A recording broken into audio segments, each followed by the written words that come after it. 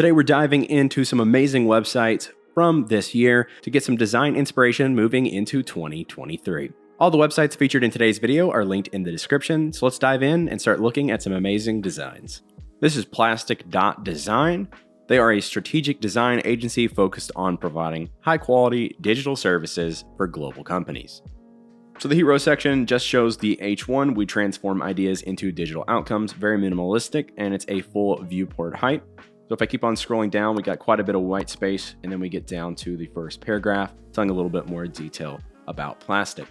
As you scroll down, you'll notice there's a lot of subtle scroll interactions and micro interactions, such as this cursor hover that pops up and the lines animating on the scroll. And they're going with a 2-column layout here on the side with things sticking and the rest scrolling.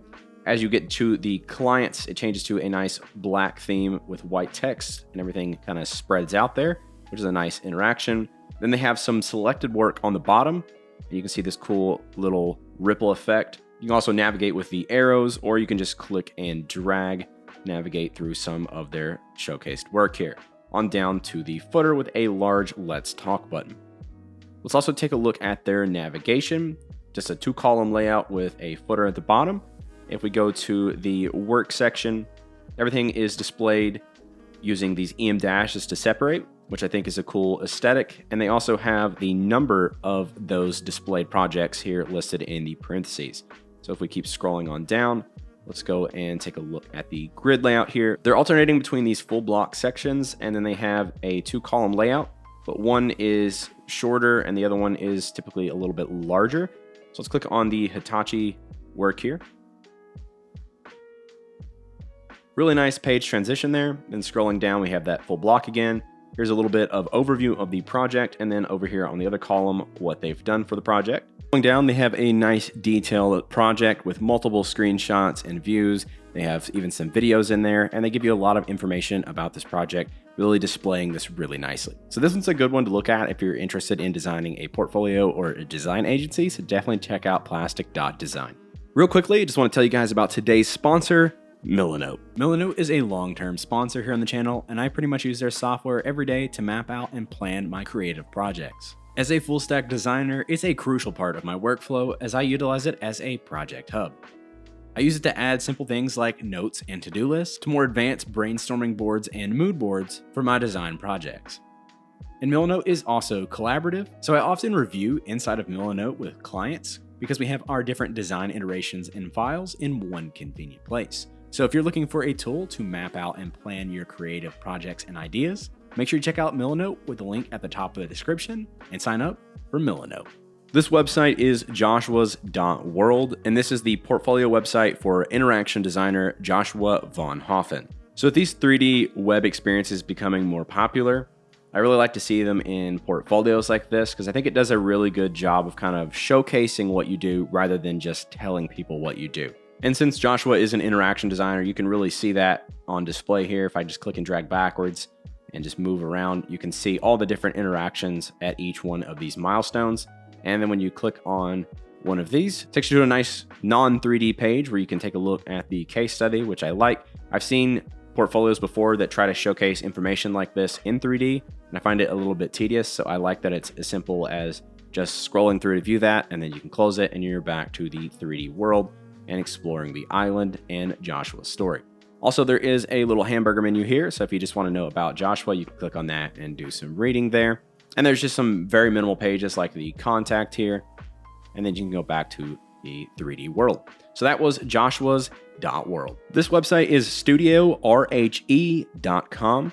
This one is a London-based architecture studio, and there's a few things I wanted to showcase on this one. So they got this really nice, beautiful image of this very modern piece of architecture, building beyond. So if you take a look at their logo here, Studio RHE, the first thing I really like is over here on the right, they have their navigation, and it's a vertical navigation. And then when you click the hamburger, it actually mimics the logo with the way these hovers work. So you can see it's mimicking these rectangles in the logo, which is really cool. And so if we start scrolling on the homepage, it is a horizontal scroll with the % in the bottom right displayed as you're scrolling, which is a good indicator for how far you are through it here. You can see there's a lot of interactions like the text unfolding there, some parallax on the images as they zoom out as you scroll.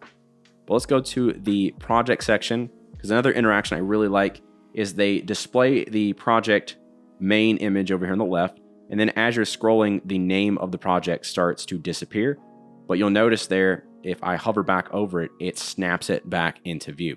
So if I click on this one, it scrolls down and I can take a look at it, and I can click on the image to actually open up the info about it, view more images.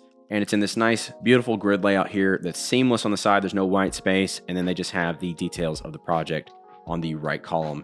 You can even see the blueprint there. To me, this website does a really good job of giving off a premium feel. Let's click on the About page.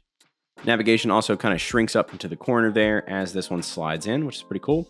And this one is another horizontal scroll with the similar interactions we've seen on the homepage, the text unfolding there. And all of this paired with some nice quality imagery really brings the website together.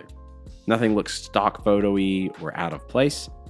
And even the employee photos on the concrete background really ties it into the architecture feel of the design. So make sure you check out this website for some awesome inspiration in the architecture realm. So that was studiorhe.com. This website is selectedbase.com. This one's packed full of interactions that might give you some inspiration. Here they have their logo in the middle, and you can see as I hover over, it kind of adds this distortion and kind of wavy effect. If you click and hold, it does this like little slingshot effect, which is cool. And so they have their tagline down at the bottom. And so Selected is a cultural landmark for carefully curated music tastes, and they're aiming to define and set the trend, not to follow it. I think when you have a tagline like that, the website really needs to be creative to match that, which I think they've done a really good job of doing that. As you scroll down, a simple black section with some text here. When you hover over it, you get this nice little arrow animation coming in, and then the image on the right there kind of moves around as my cursor does, kind of following it from a distance. And each one of these has the same effect there. So you can check out the different things that they do. Scrolling down, nice little globe rotating in the background with a heading there. And here comes the circle that's going to expand, revealing this nice black section with the big, large headings here scrolling in the background. And these will change, and so will the heading, as you can see there. And if we keep scrolling down, I really think this next section is nice and creative with the word artist kind of scattered out, even having that A kind of split between the sections to make out the word artist. So again, kind of matching that tagline, really being creative with the website. Nice full block video in the background auto playing, which looks really nice. The next section has these album covers that I believe are dropping down. You can even hit play on these and listen to these, which is really cool. And that takes you down to the footer. They also have these headings that are scrolling through, like here on their links for each one of their social medias. You can actually hover over these and change the way they scroll by just moving your mouse around.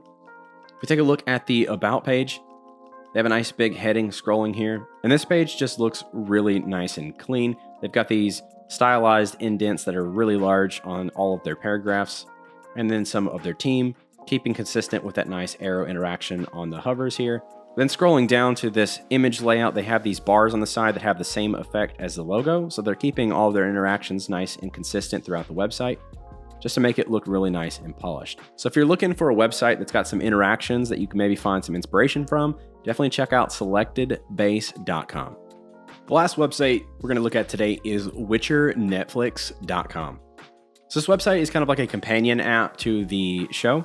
It's got a lot of lore about The Witcher in here. I really don't know much about The Witcher, but it's got kind of like this obelisk thing. And when you click on one of the different sections, it just takes you to kind of each section of the website. This one has these like rune looking rock things, and you can click on them. So if you want to learn more about magic, you can click on this one. But there's a menu in the top right. And when you click on map, I really get the feel of like a game UI with this. I think this is a really nice looking website. It really feels immersive, like you're playing a game. Almost looks like I'm looking at a map in like Skyrim, or I guess The Witcher. You can click on these different areas and it gives you a little bit of info, and then you can hit discover and it loads up the page for this. So it feels really immersive, and just the amount of the subtle details on the site makes it feel really nice and polished. I mean, the snow kind of changing directions as I'm moving down that obelisk like that, really nice touch. And there's like these little sparks that kind of glow in the background on certain pages, and the different page transitions, everything just looks really nice and polished and adds a lot to that immersive feeling to the website. It really makes the website feel a little bit more live than a normal static website. So if you're looking to create more of a storytelling, interactive website, I would definitely check out the witchernetflix.com. So that'll do it for today's video. I hope you enjoyed the last video of 2022. Special thanks to Milanote for sponsoring today's video. Make sure you check out their product for planning your next creative project with the link at the top of the description. Subscribe for more design-related videos I upload every single week. In the meantime, check out these videos. I'll see you guys in 2023. So have a great day, and I'll see you guys in the next one.